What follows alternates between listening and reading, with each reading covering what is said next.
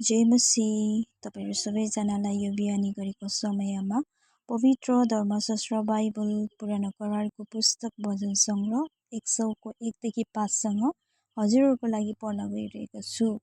हे सारा पृथ्वीका मानिसो, परमप्रभुको जय जयकार मनाऊ, आनन्द साथ परमप्रभुको आराधना गर, हर्षको गीत गाउँदै उहाँको सामुन्ने आऊ। परमप्रभु नै परमेश्वर हुनुहुन्छ भनी जान, उहाँले नै हामीलाई बनाउनु भयो र हामी उहाँकै हौ। हामी उहाँको प्रजा र उहाँको खर्काका भेडाहरू हौ।